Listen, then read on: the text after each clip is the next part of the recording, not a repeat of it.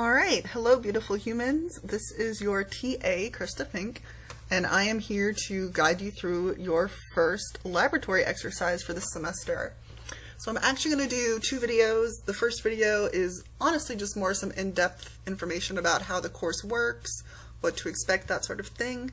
And then video number 2 will be specific like tips and tricks, how to do the lab itself. So I have a very simple PowerPoint for you.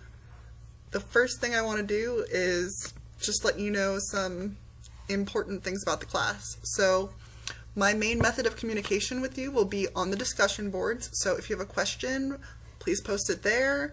If it's a material question, a grading question, anything like that, feel free. If it's a question that you are like too embarrassed to post or you don't want to post it for any reason, number one, I encourage you to just go ahead and post it anyways, because it's probably not as embarrassing as you think. But if you're really uncomfortable with that, feel free to email me.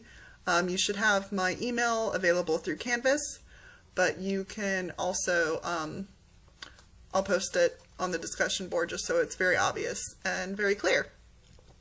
So every lab module opens Sunday at noon and is due that Friday by 5 p.m. Hopefully you are aware of this by now, but if you're like me, repetition is the key to learning. So don't forget, due by Friday at 5 p.m. Each lab is worth 75 points. So what that means is this week our lab consists of 2 exercises. Both of those exercises together will be lab 1 and they will count for 75 points combined. We have rubrics that we grade them by, so certain things are worth certain amounts of points, but even if it's 3 exercises one week and 2 exercises the next week, every lab as a unit is worth 75 points. So there is no late work accepted. Hard stop. This is definitely a directive that comes straight from Dr. S himself. He's very serious and rigid about that.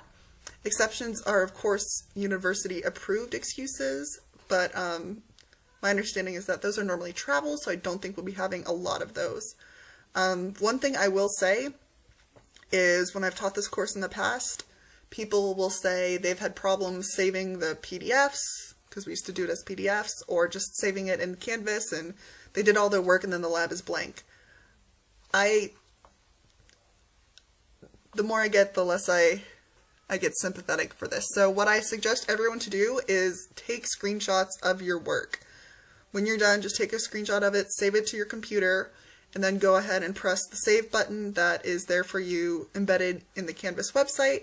Definitely send me the copy that you get after you press the save button, but take screenshots just in case something happens to it, because A, if you lose it, you're going to have to go back and redo all the work, and that's not fun. And B, if, things get crazy and you're doing it right before the deadline and the whole thing goes blank, well, there's no excuses for late works, particularly technical difficulties. So please do keep that in mind.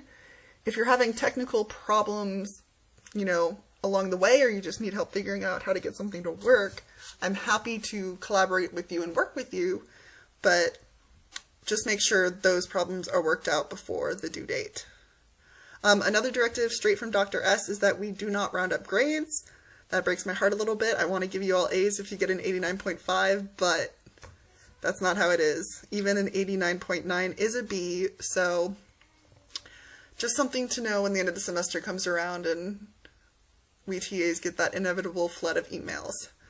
Let's see, last but not least, I host office hours Friday from 1:30 to 3:30 p.m., so that is great for people who do get stuck in the last minute roundabout, as some of us do.